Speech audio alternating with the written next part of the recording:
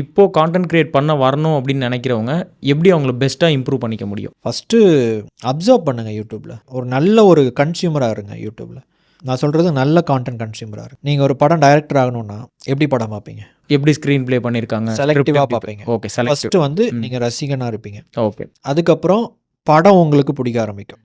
ஏன் படம் உங்களுக்கு பிடிக்க ஆரம்பிக்கும் அப்படின்னா, ஸோ அந்த படத்தில் இருக்கிற ஒரு ஆர்ட் ஃபார்ம் பிடிக்க ஆரம்பிக்கும்.